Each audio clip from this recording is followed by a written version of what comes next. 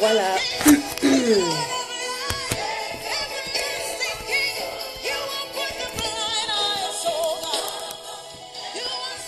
Pardon. Shalom, shalom, shalom à toutes et à tous. Bonsoir, bonsoir, bonsoir. Bienvenue encore une fois de plus à ma chaîne chrétienne que j'ai baptisée Aime ton prochain. Donc c'est le logo que vous pouvez apercevoir sur ma photo de couverture. Gloire à Dieu. Voilà, le Seigneur m'a inspiré et j'ai pu trouver un nom pour ma chaîne chrétienne, ma chaîne d'exhortation. Gloire à Dieu. Alors, avant de commencer mon exhortation de ce soir, j'aimerais vous saluer vraiment chaleureusement par le nom puissant de notre Seigneur Jésus-Christ de Nazareth. Et j'espère que votre journée s'est très bien passée et qu'il n'y a pas eu d'incident majeur, mais comme le Seigneur, comme la Bible dit, réjouissez-vous et rendez gloire à Dieu en tout temps. Donc, je crois de tout mon cœur que vous avez passé une bonne journée. Si c'est le cas, vous pouvez laisser des commentaires aussi. Voilà, oui, la journée s'est bien passée. Gloire à Dieu. Donc, voilà. Je vais essayer d'être très brève, mais de façon très précise. Comme vous avez vu en amont, pour certains peut-être, j'ai publié quelques heures auparavant le thème de ce soir. Voilà. Le thème de ce soir m'a été inspiré et il a été tiré donc du livre de l'Ecclésiaste. Ah, mon frère Sako, aïe aïe aïe, j'en ai mal dedans. Oh là là, aïe. Attends, le Saint-Esprit va appliquer un baume sur tes dents, ça va aller mieux. Donc voilà, et puis on se voit demain mercredi. Hein. Tu sais que tu es mon fournisseur numéro 1. Et puis bonne fête aussi, bonne fête d'Ascension de la part de Julienne. À toi aussi, merci. Voilà, donc j'espère que tu as passé une bonne fête de la Vierge Marie. Donc voilà, j'espère que tu as profité pour aller te ressourcer auprès de la maison de Dieu aussi. Donc voilà. Et puis mon frère Sako, t'inquiète pas, le Saint-Esprit va appliquer un baume, d'accord? Voilà. Les autres, vous pouvez laisser des commentaires par rapport à votre journée, comment ça s'est passé, et puis voilà. Donc, comme je disais, je rends gloire à Dieu. Déjà, est-ce que la mélodie, elle est très très forte, ou alors c'est bon? Il faut me dire, s'il vous plaît. Comme ça, que j'essaie de doser un peu de façon à ce que je puisse me faire entendre de façon très très claire. Donc si quelqu'un peut me faire un petit commentaire pour me dire si la mélodie, enfin la musique, elle est trop forte ou si c'est juste ce qu'il faut. Et est-ce qu'éventuellement vous arrivez à bien m'entendre? S'il vous plaît, ce serait sympa. Voilà donc, ok, super, non ça va. Alors je vais baisser un peu de la part de Julienne. Je vais baisser un peu. C'est mieux comme ça, Julienne? Est-ce que c'est mieux comme ça ou bien il faut encore que je baisse un peu plus? Donc, comme je disais, gloire à Dieu. Hein, et aussi, je remercie... Super, merci Julienne. Et je remercie aussi le Seigneur pour vos vies, pour vos présences. Parce que vous ne faites pas que me suivre, voilà, vous ne faites pas que me suivre. Je crois de tout mon cœur que au travers de ce que je fais, de ce que le Seigneur m'a mis à cœur, c'est-à-dire au travers des exhortations, vous êtes aussi bénis. En tout cas, je l'espère et je le crois de tout mon cœur. Qu'au travers de ça aussi, il y a des âmes, il y a des cœurs qui peut-être désirent vraiment connaître ce Dieu dont on a tant parlé, ce Dieu que moi-même aussi, depuis un petit moment, je ne cesse de parler, voilà.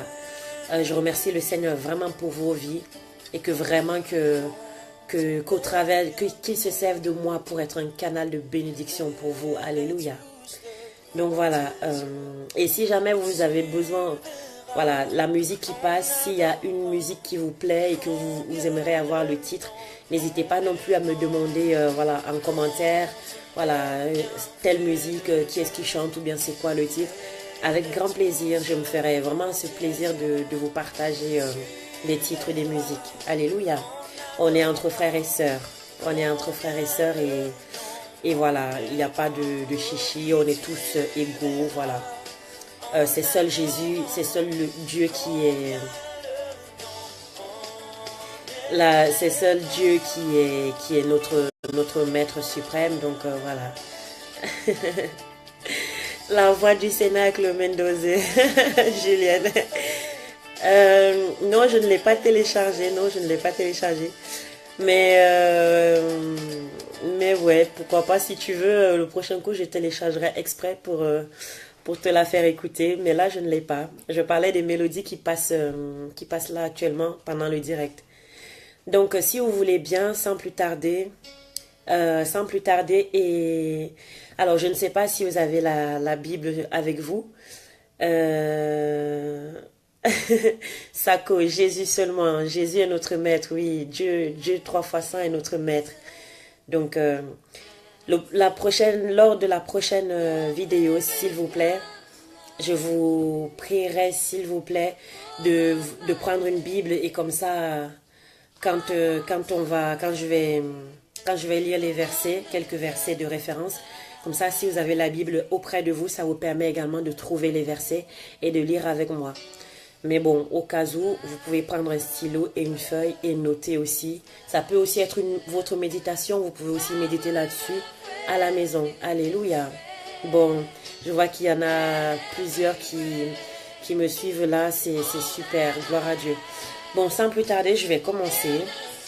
Pour ceux qui viennent de me rejoindre, je disais, voilà, j'espère que votre journée s'est bien passée. Et vous pouvez mettre un commentaire pour me raconter comment ça a été, voilà, et puis voilà. Donc, comme je disais en amont, j'ai publié le thème.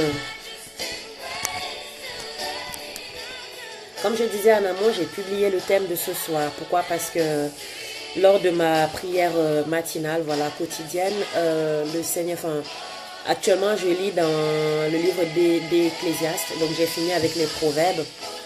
Et je lis actuellement donc dans le livre d'Ecclésiaste.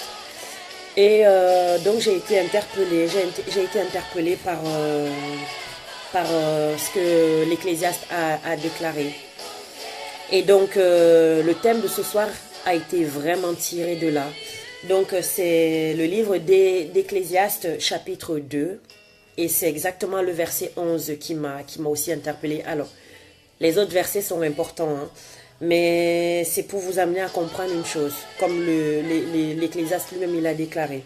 Donc, si vous avez vos Bibles avec vous, je vous prie de lire en même temps que moi, d'accord? Si vous n'avez pas les Bibles, prenez un bout de papier et un stylo, vous notez les références, vous allez lire chez vous. Alléluia. Alors, je lis dans Ecclésiaste chapitre 2, verset 11, et je lis au nom du Seigneur. Amen.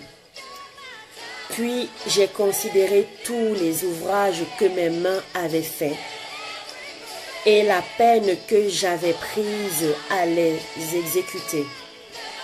Et voici, tout est vanité et poursuite du vent. Et il n'y a aucun avantage à tirer ce qu'on fait sous le soleil. Je souligne très bien cette dernière phrase qui dit « Et il n'y a aucun avantage à tirer de ce qu'on fait sous le soleil. » Et c'est exactement là le thème de mon exhortation ce soir. C'est vraiment ça qui m'a parlé, qui m'a interpellé. Donc, et l'Ecclésiaste, voilà. L'Ecclésiaste, dès l'entrée comme ça dans le premier chapitre et même dans le chapitre 2, il nous fait part de ses émotions. Notamment dans le chapitre 2, il nous fait vraiment part de ses émotions. Et vous connaissez cette fameuse phrase sans doute qui dit « Vanité des vanités, tout est vanité. Le monde n'est que vanité. » Ça a été tiré du livre Ecclésiaste. C'est l'Ecclésiaste qui avait déclaré ça, que vanité des vanités, tout n'est que vanité. Et donc quand il dit au chapitre 2, verset 11 que il n'y a aucun avantage à tirer de ce qu'on fait sous le soleil. Alors, je souligne bien sous le soleil. Sous le soleil, ça veut dire quoi?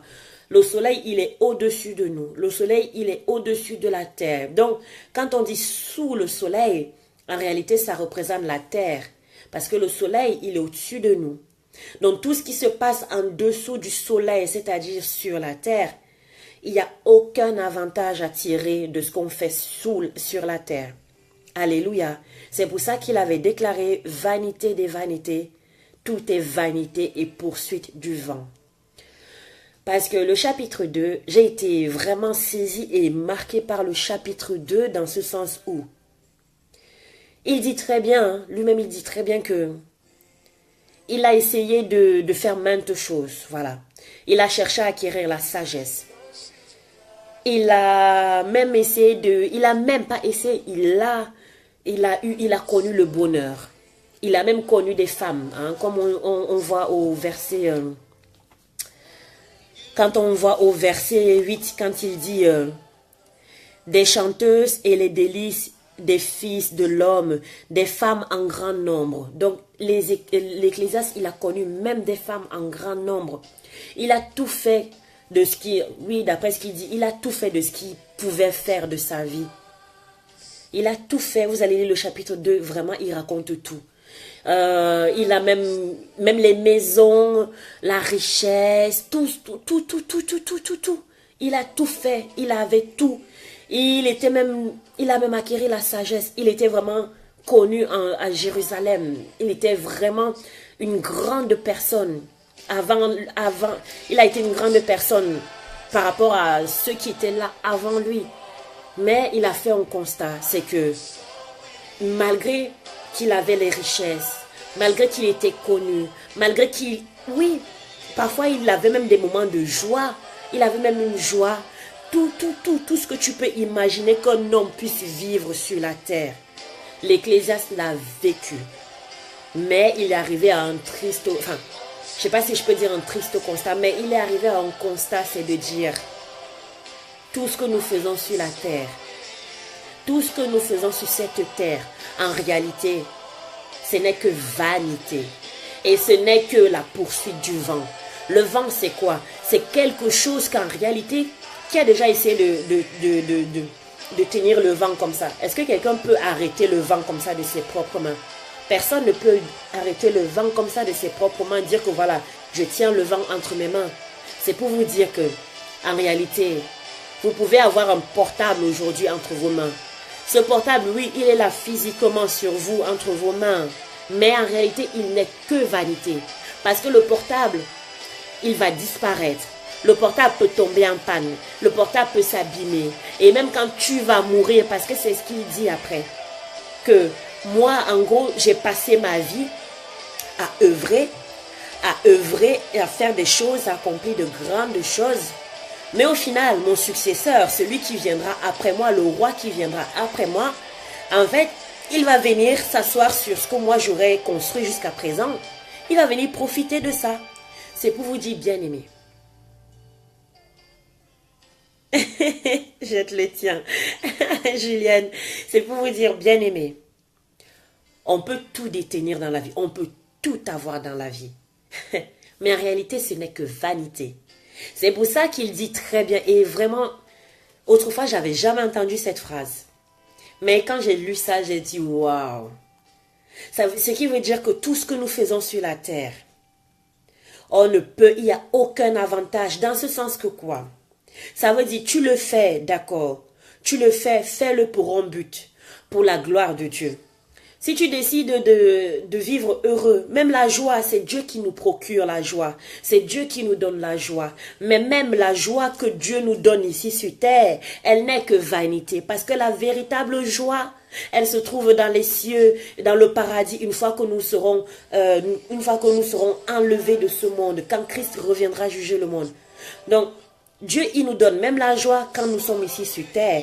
Mais sache que même la joie que Dieu te donne sur cette terre, tant que tu es encore sur la terre des hommes, cette joie, même si c'est quelque chose de bien, cette joie n'est que éphémère.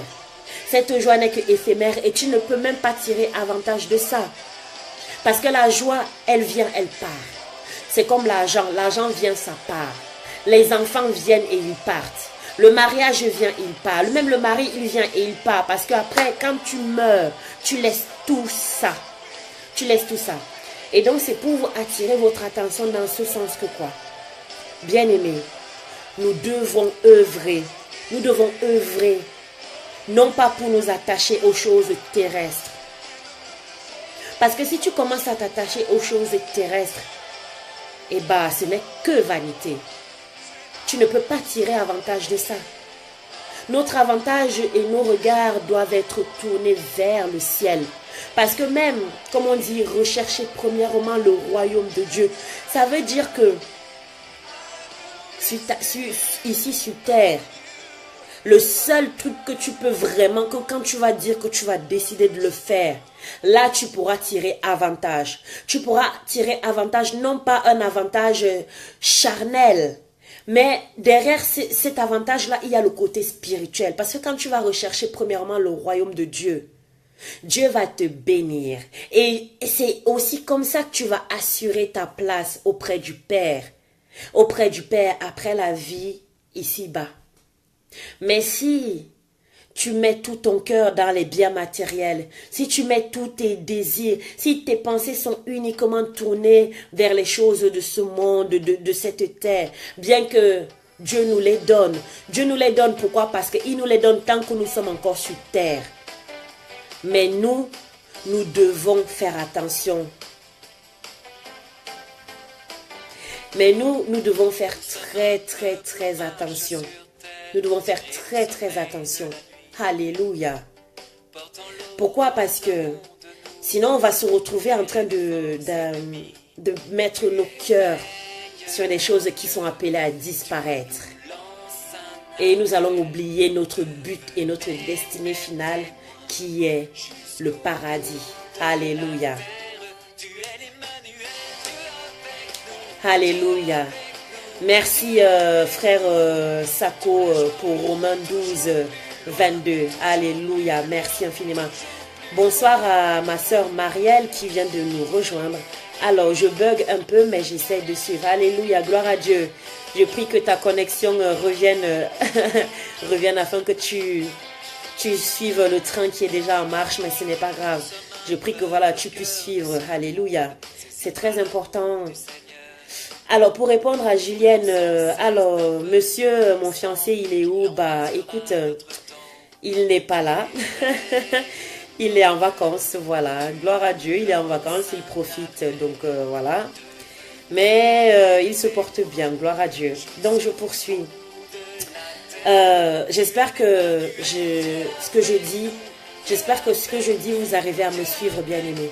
S'il y a des incompréhensions ou bien des questions, n'hésitez pas à me poser des questions. Alors, je ne prétends pas avoir la connaissance absolue. Mais peut-être, je pourrais répondre. Mais si jamais je n'ai pas la réponse, je vous dirai aussi, je ne sais pas. Mais que le Seigneur m'aide à comprendre et peut-être qu'il me révèle aussi la réponse pour vos questions. Je ne prétends pas avoir la connaissance absolue. C'est Dieu seul qui a la connaissance absolue. Mais de ce que le Seigneur met dans mon cœur, je me contente aussi de partager ça avec vous. Alléluia. J'ai pas envie après de commencer à inventer des choses ou alors peut-être à donner des fausses réponses alors que ça ne vient pas du Seigneur. Alléluia. Après tout, je suis humaine comme vous, mais ce que le Seigneur met dans mon cœur, eh ben, je vous partage cela. Gloire à Dieu. Donc voilà, merci beaucoup pour votre compréhension et merci infiniment. Donc si vous avez des questions, n'hésitez pas. Si je n'ai peut-être pas assez appuyé ou développé sur un point, n'hésitez pas à me le dire par commentaire et je vais avec joie réexpliquer s'il faut. Donc nous allons poursuivre par exemple donc, dans le verset 16. L'Ecclésiaste dira: et quoi? Le sage meurt aussi bien que l'insensé. Et j'ai haï la vie, car ce qui se fait sous le soleil m'a déplu, car tout n'est que vanité. Je rappelle à ceux qui viennent de nous rejoindre que nous sommes en train de lire dans le livre d'Ecclésiaste chapitre 2. Et actuellement, je suis donc au verset 16. Donc, si vous avez la Bible, n'hésitez pas à l'ouvrir et à lire avec moi. Donc, je reprends le verset 16 qui nous dit, là c'est l'Ecclésiaste qui parle, il dit, « Et quoi? Le sage meurt aussi bien que l'insensé. Et j'ai haï la vie, car ce qui se fait sous le soleil, c'est-à-dire ce qui se fait sur cette terre, m'a déplu, car tout n'est que vanité et poursuite du vent. Ça veut dire que, bien-aimés, vivons la vie que Dieu nous donne, d'accord? Dieu nous donne une vie merveilleuse. Dieu ne nous a pas appelés à être misérables. Si peut-être tu vois que ta vie ne marche pas aujourd'hui, pose-toi des questions. Est-ce que vraiment à tes côtés tu as Christ avec toi? Est-ce qu'à tes côtés tu as Christ avec toi? Parce qu'en réalité, même comme le psalmiste, même comme l'Ecclésiaste, il a fait ce triste constat de dire, tout n'est que vanité. Mais laisse-moi te rappeler que Dieu, oui, il nous a envoyés sur cette terre pour vivre de façon abondante et prospère. Mais simplement la seule chose, bien aimé, c'est que lorsque Dieu lui-même il va te bénir, lorsque Dieu il va bénir, lorsque Dieu va te donner les joies et les plaisirs que tu pourras connaître de ce monde, dans ce monde, pense juste à une chose, c'est que tout ça est appelé à disparaître. Donc c'est pour ça que je te conseille, évite de trop mettre ton cœur là-dedans. Évite de trop attacher ton cœur sur ces choses. Profite, vis, mais surtout œuvre pour que, après ton passage ici-bas, que ta place au ciel soit assurée. Que ta place au ciel soit assurée. Ne te dis pas, oui, de toute façon, Jésus, il est mort à la croix pour moi. Alléluia, oui, c'est vrai. Jésus nous a sauvés. Il nous a rachetés. Il nous a lavés de nos iniquités. Et Jésus, au travers de sa mort, il nous offre la vie éternelle. Mais bien aimé, laisse-moi te dire, il y a des conditions pour obtenir, pour que vraiment cette vie éternelle se matérialise. Il y a des conditions. Il y a une marche à suivre. Il y a une feuille de route à suivre. Cette feuille de route, c'est-à-dire quoi? Il faut que tu marches selon les commandements de Dieu. Il faut que tu marches selon les commandements de Dieu. Que tu marches non plus selon la chair, mais selon l'Esprit Saint. Et quand tu marcheras selon l'Esprit Saint, tu diras oui, aujourd'hui peut-être Dieu t'a donné, je ne sais pas moi, 500 €. Gloire à Dieu. Dieu t'a béni, Dieu t'a donné les enfants, le mariage, le travail. Dieu a permis que tu viennes même en Europe. Dieu même là où tu es là-bas, même si c'est en Afrique, peu importe là où tu te trouves, Dieu a fait en sorte que voilà tes affaires prospèrent, que tout, que tu aies la réussite à tes examens, que je ne sais pas, tout ce qui peut exister de bien. Mais simplement, que le Saint-Esprit soit avec toi afin de te rappeler que même si tu détiens ces choses, même si Dieu t'a béni, Dieu il t'a béni, mais pense à ce que ces choses, elles sont juste éphémères et vanité. C'est pour ça qu'il dit ce n'est que la poursuite du vent. Parce que le vent, nul ne voit le vent. Et comme nul ne peut voir le vent, comme nul ne peut tenir le vent entre ses mains, de même, ces choses-là, tu ne pourras pas les tenir toute ta vie. Parce qu'après la vie, il y a la mort. Et quand tu seras mort, tu vas laisser tout ça derrière toi. Et tu vas laisser même à qui?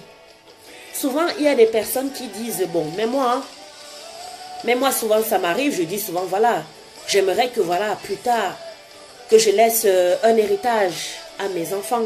Parce que je sais qu'après, moi, je vais mourir et que j'aimerais que mes enfants profitent de mon héritage, de ce que j'aurais construit sur la terre. Oui, c'est bien. Et c'est comme lui-même, il dit, l'Ecclésiaste, il dit, bah voilà, en gros, le fruit de mon travail, au final, je vais le laisser à quelqu'un d'autre, c'est-à-dire à celui qui va me succéder, au roi qui va me succéder. Et c'est pour ça qu'il dit, tout ce qui se fait sous le soleil, ça veut dire tout ce qui se fait sur la terre, ça l'a fortement déplu. Pourquoi? Parce qu'il s'est rendu compte que, en réalité, on croit détenir des choses, mais on ne les détient pas. Parce qu'elles vont disparaître. Elles vont même disparaître peut-être avant nous, voire après nous. Avant nous, c'est-à-dire aujourd'hui tu peux être dans l'abondance, demain tu peux être dans la misère. Je prends l'exemple de Job. Job, c'était le serviteur, mais vraiment de Dieu, c'était l'homme fidèle de Dieu. Du jour au lendemain, le diable, il a tout enlevé à Job. Donc Job, il était bien. Et puis du jour au lendemain, il était devenu pauvre. Pauvre matériellement, mais pas spirituellement, je précise. Parce que Job, il avait une foi, mais pas possible. Job, il avait une foi, mais laisse tomber. Donc, et du jour au lendemain, il s'est retrouvé, il n'avait plus rien. Donc, prépare-toi à ce que, aujourd'hui, tu peux avoir ces choses. Gloire à Dieu. Tu peux vivre dans l'abondance. Gloire à Dieu. Tu peux vivre dans la joie. Même ma joie, comme je dis souvent, la joie que j'ai, elle me vient du Seigneur. La joie que j'ai me vient d'en haut. Donc moi, même la joie que j'ai, même si elle me vient de l'Éternel, tant que je suis sur cette terre, elle n'est que éphémère. Parce que je vais mourir. Et qu'une fois que je serai morte, bah tout n'est que vanité en fait. Tout n'est que vanité, bien-aimé. Donc je vous assure vraiment, bien-aimé, si on comprend vraiment cela, si on se dit vraiment en nous-mêmes, tout n'est que vanité, on verra que, puisque ce n'est que vanité, il y a même des choses auxquelles on ne voudra même pas s'attacher. Il y a des choses auxquelles on ne voudra même pas s'attacher parce qu'on se dira, mais qu'est-ce que ça va nous apporter de plus? Parce qu'il y a des choses qui se passent sur la terre, il y a des choses des choses qui sont, comment dire, il y a des bénédictions qui viennent de Dieu et que oui, nous devons nous approprier ces bénédictions. Mais aussi, il y a je dirais des mouvements, il y a aussi des pratiques qui ne viennent pas de Dieu et que nous devons être vigilants et de ne pas les faire. D'accord? C'est comme lui dit, c'est pas pour autant que voilà, tu dois profiter au maximum et faire tout et n'importe quoi parce que soi-disant tout n'est que vanité. Non. Tout est vanité. Mais il ne faut pas que ce soit là une forme pour t'inciter à marcher, par exemple, dans la débauche, à ne pas glorifier le nom de Jésus dans ta vie, à attrister le Saint-Esprit qui est en toi, parce que tu es le temple du Saint-Esprit. Mais ce n'est pas une raison pour te pousser à faire n'importe quoi, parce que tu vas te dire, ah, de toute façon, tout n'est que vanité, alors tant qu'à faire, il faut que je profite au maximum. Parce que même quand si tu commences à penser comme ça, tout n'est que vanité, il faut que je fasse tout et n'importe quoi, là, tu es en train de creuser ta propre tombe et que tu vas finir en enfer. Si tout n'est que vanité, c'est pour que tu commences à travailler en disant tout n'est que vanité, donc je dois m'attacher aux choses célestes et non aux choses terrestres, même si la bénédiction, elle est là. Même si la bénédiction, elle est là, bien-aimé. Je ne suis pas en train de t'inciter à dire, voilà, comme ce n'est que vanité là, tu vas mourir, tu vas tout laisser. Alors il faut que tu emmagasines un maximum d'argent là. Que tu emmagasines un maximum d'argent, tu mets de côté. Non, bien-aimé, non, non, non. Que tu mettes ton cœur dans l'argent. Que limite tu te tues à travailler jour et nuit parce que ce n'est que vanité. Non. Parce que je veux, non. Ça va faire la part des choses. Je ne suis pas en train de t'inciter à faire tout et n'importe quoi. Mais même moi, comme je vous parle là, je vous parle, ce n'est que vanité. Je vous parle, ce n'est que vanité, bien-aimé.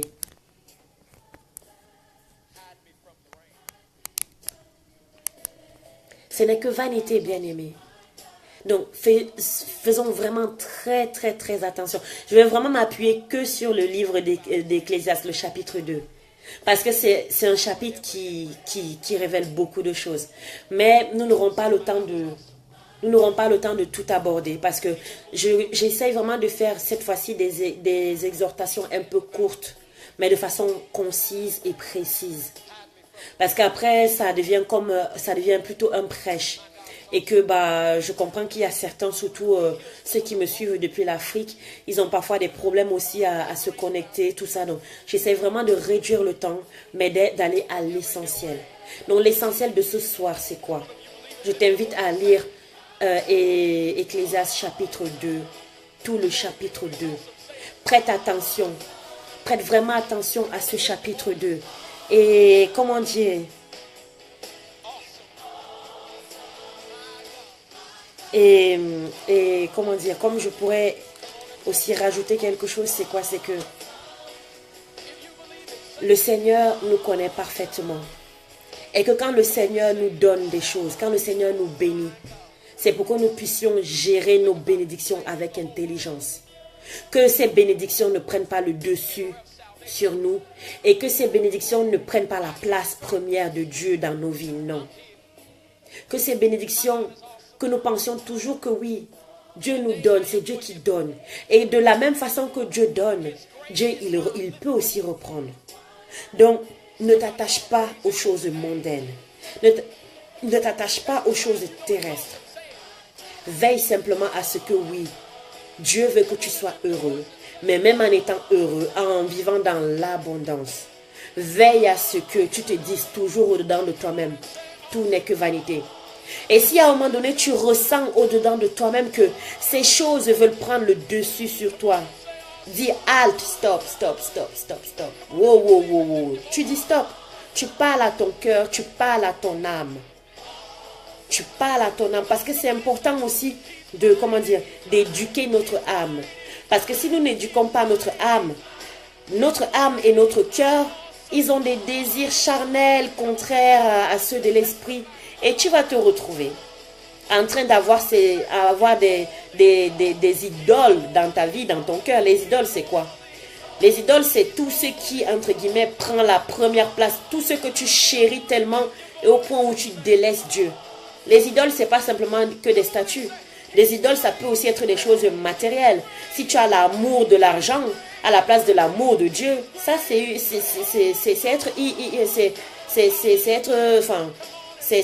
l'idolâtrie. Si voilà, tu aimes plus tes enfants que Dieu, c'est aussi l'idolâtrie. Pourtant, même tes enfants, tout ça n'est que vanité. L'argent n'est que vanité, bien que c'est Dieu qui donne. Mais il ne faut pas que cela prenne le dessus sur toi. Donc c'est important, deux choses. Enfin, la chose que je dirais aussi, c'est apprenons à éduquer notre âme et notre cœur. Pour éviter comment dire, de trop nous attacher à ces choses. Bien-aimés. Alors, j'espère que vous avez été bénis. Parce que moi, j'ai été vraiment bénie par le Seigneur au travers encore de sa parole. Et je prie vraiment le Seigneur que ces paroles que vous entendez, ne les prenez pas à la légère. Ne les prenez pas à la légère, mais considérez-les parce que tout est écrit dans la Bible. Et tout est oui et amen. Tout est oui et amen. Simplement, désirons vraiment faire ce que Dieu nous demande de faire. Parce que c'est la meilleure place. Que vraiment nous désirons être au pied du Maître. Et comment tu vas réussir à être au pied du Maître? Être au pied du Maître, c'est que vraiment tu es là. Tu es comme... tu t'agenouilles au pied du Maître. Tu es assis au pied du Maître. Et c'est au pied du Maître que vraiment il va t'enseigner. Et tu verras que quand tu seras même au pied du Maître, ça va t'épargner beaucoup de choses. Tu n'auras plus envie de... Comment dire? Ton cœur ne sera plus troublé par les choses de ce monde. Non. Non, non, non, non, non. Ton cœur ne sera plus troublé. Et c'est exactement cette expérience que l'Ecclésiaste il a fait. L'Ecclésiaste, c'était quelqu'un de sage. D'après ce qu'il nous dit, il a acquis la sagesse. Mais même, tu peux être sage, mais quelle est la différence entre un sage et toi? Enfin, quelle est la différence entre un sage et un insensé? Parce qu'au final, un sage, il est sage, d'accord? Il a la sagesse en lui, mais il va mourir. Et c'est exactement ce qu'il nous dit. C'est exactement ce que l'Ecclésiaste nous dit, que voilà.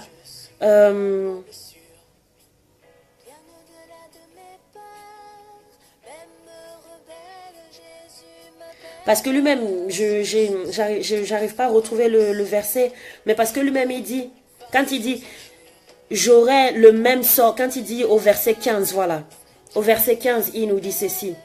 Et j'ai dit à mon cœur, j'aurai le même sort que l'insensé.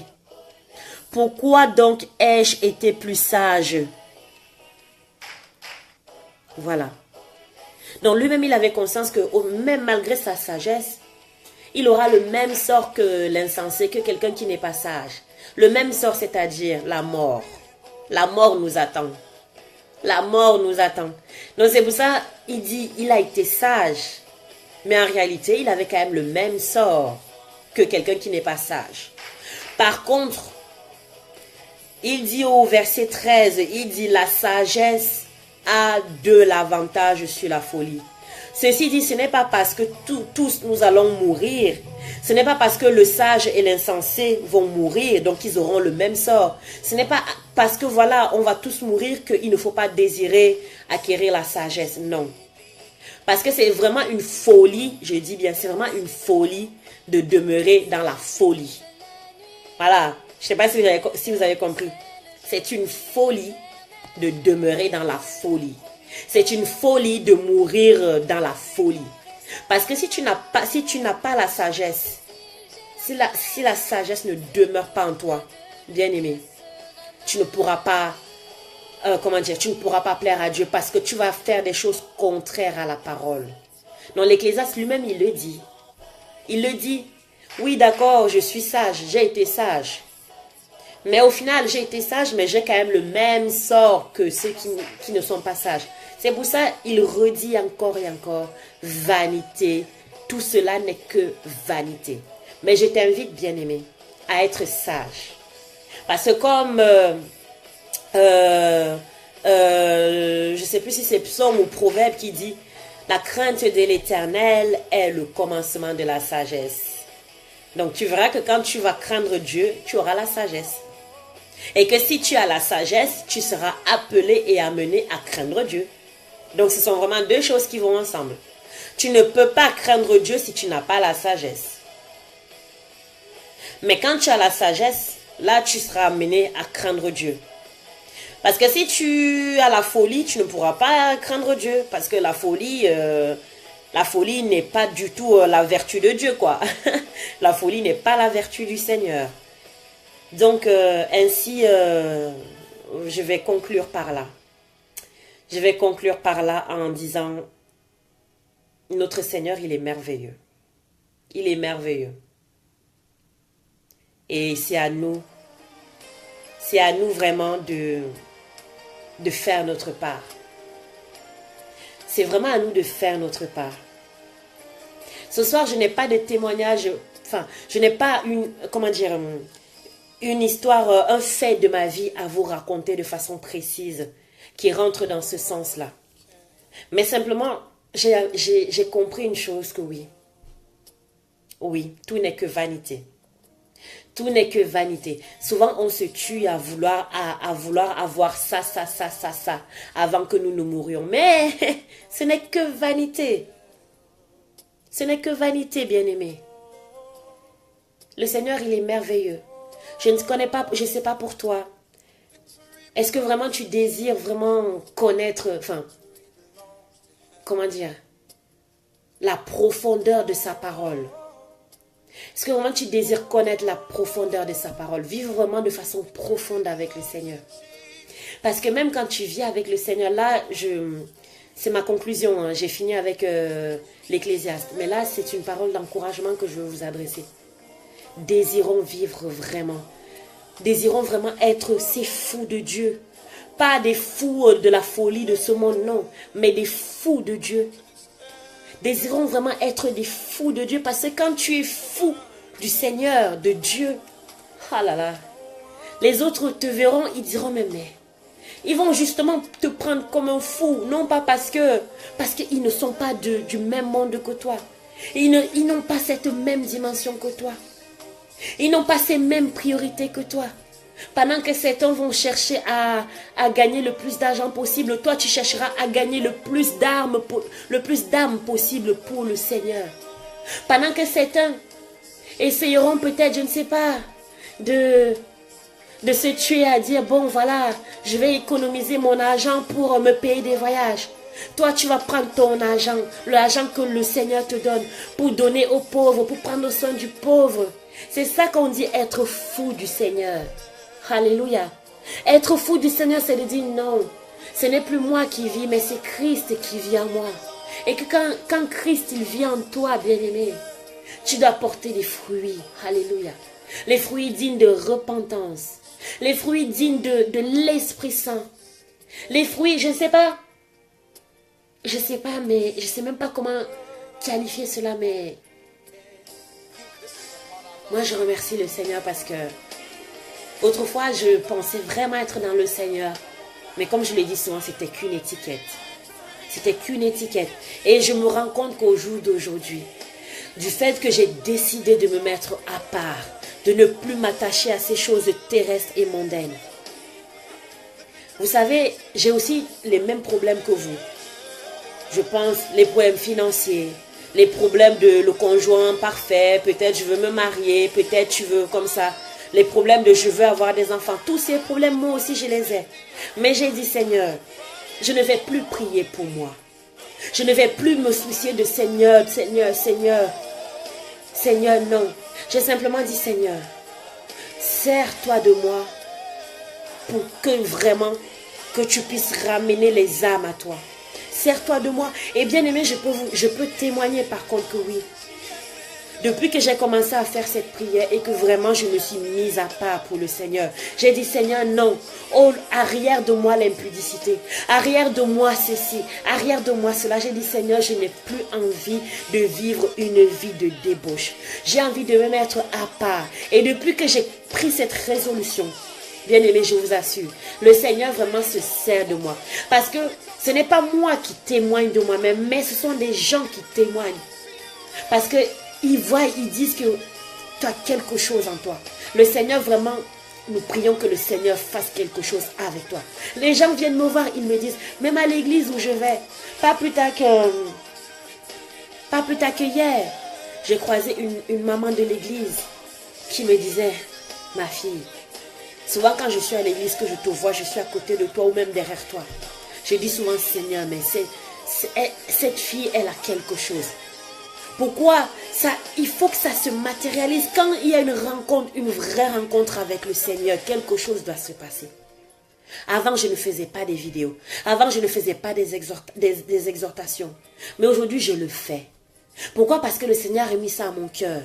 Pourquoi? Parce que j'ai compris que tout n'est que vanité. Pourquoi? Parce que je me suis dit, j'arrête de courir après les enfants, après le travail, après l'argent, après même l'argent que Dieu me donne. Je dis, Seigneur, je veux vraiment construire des choses pour ça, pour des personnes qui sont dans le besoin. Parce que quand tu comprends cette dimension, c'est pour ça que je dis, il faut être un fou de Dieu. Un fou du Seigneur. Tu ne vis plus pour toi, mais tu vis pour les autres. Tu ne travailles plus pour toi, mais tu travailles pour les autres.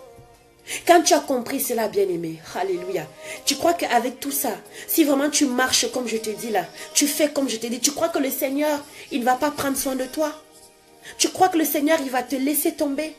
Tu crois que quand tu seras même dans le besoin, même avant que tu n'ouvres ta bouche pour parler au Seigneur, pour dire, ah Seigneur, le Seigneur, il va te donner. Pourquoi? Parce que toi, tu as donné de ta personne. Tu as donné de ton temps de libre. Hé, bien-aimé. Je pourrais passer toute une soirée à parler. Je pourrais passer toute une soirée à parler du Seigneur. Mais aujourd'hui, je me qualifie comme une folle du Seigneur. Une folle de Dieu. Et je l'assume. Je suis une folle de Dieu. Mais tant que ça permet de sauver des vies, je dis oui Seigneur, je veux. Je préfère. Plutôt que d'être une folle du monde. Parce que qui dit folle du monde, ça veut dire l'enfer. Ça veut dire tout ça, tout ça, tout ça. Ça veut dire l'allié de Satan. J'ai pas envie d'être l'allié de Satan. Et je t'invite, toi qui me regardes, à ne pas désirer être l'allié de Satan. Parce que Satan, ce n'est pas ton créateur. Alléluia. Satan, ce n'est pas ton créateur. Pourquoi tu veux appartenir à quelqu'un qui ne t'a pas créé, quelqu'un qui ne t'a pas donné son souffle de vie, quelqu'un qui ne sait rien de toi, mais quelqu'un qui te fait croire qu'il veut ton bien, mais en fait, il veut ton mal. Je t'interdis si tu es dans ces voies-là, si tu es vraiment, peut-être sans même le connaître, mais réforme tes voies. Parce que ce n'est pas Satan qui t'a créé, c'est Dieu ton créateur. Et Dieu, il est ce Père lent à la colère. Il est plein d'amour et il veut le bien pour toi. Je t'interdis vraiment. Je t'interdis d'être l'allié de Satan. Ne demeure pas dans ses voies. Réforme tes voies. Parce que les temps sont mauvais. Nous sommes dans les temps de la séduction. Et que je me dois de parler de ces choses. Tout n'est que vanité. Recherche le royaume de Dieu et sa justice. Recherche le royaume de Dieu et sa justice. Tout n'est que vanité, bien-aimé. Je veux vraiment t'encourager. Si tu dois garder quelque chose en mémoire de cette exhortation de ce soir, c'est que tout n'est que vanité. Et que tout ce que tu dois faire tant que tu es ici sur terre, c'est de ne pas t'attacher aux choses de cette terre. Même si Dieu te bénit, profite de la bénédiction, mais veille à ce que ton cœur ne s'attache pas là-dedans. Veille à ce que ça ne devienne pas ton idole. Aie toujours le regard fixé sur Dieu. Et alors, quand Jésus reviendra, il te trouvera parmi ses fidèles compagnons. Que la grâce, que l'amour de Dieu, que sa grâce vraiment surabonde dans vos vies, dans le nom puissant de Jésus. Parce que tu es la tête et non la queue. Parce que tu es appelé à prospérer et non à stagner. Parce que tu es appelé à sauver des âmes qui méritent d'être sauvées. Oui, tu es appelé à porter du fruit parce qu'on reconnaît un arbre par ses fruits. Parce que tu es appelé à être cette femme et cet homme de distinction. Tu es appelé à être cette femme et cet homme de prière. Tu es appelé à être cette femme et cet homme qui fléchit le genou pour prier le Seigneur pour les autres. Arrête de prier pour toi-même. Arrête de t'inquiéter pour ta vie, mais commence à te soucier de la vie des autres. Commence à intercéder pour les autres. Commence à prier. Passe même des nuits blanches s'il faut, mais prie le Seigneur pour les autres, pour ta nation, pour ta famille. Tu connais la situation de ta famille. Peut-être qu'il y a des personnes qui ne sont pas encore en Christ et qui sont là, qui mettent leur cœur dans les choses vaines, dans les choses charnelles. Commence à prier pour ces personnes-là. Arrête de prier pour toi. Dis, Seigneur, sers-toi de moi. Sers-toi de moi, mon Dieu. Je me livre totalement à toi. Sers-toi de moi. Et alors tu verras que tu seras dans le Seigneur et que tu plairas au Seigneur. Tant que tu ne fais pas ça, tant que tu continues de prier que pour toi et à rechercher que des choses terrestres, mon ami, laisse-moi te dire, mon frère, ma soeur, ce n'est que vanité. Et là, je t'invite fortement à réformer tes voies. Ma prière est ainsi, que la grâce de Dieu soit votre partage. Que l'amour du Christ soit avec vous. Aimez vos prochains. Aimez même ceux qui vous maudissent. Moi, je vous aime de l'amour de Christ. Alors, ainsi s'achève mon exhortation. Que le Saint-Esprit, comme moi je dis souvent, je parle au Saint-Esprit. Vous ne voyez pas le Saint-Esprit. Hein? C'est ça que j'ai dit, être folle de Dieu. Je suis folle de Dieu et j'assume. Je parle au Saint-Esprit. Le Saint-Esprit, il est là. C'est mon excusez-moi. Pardon.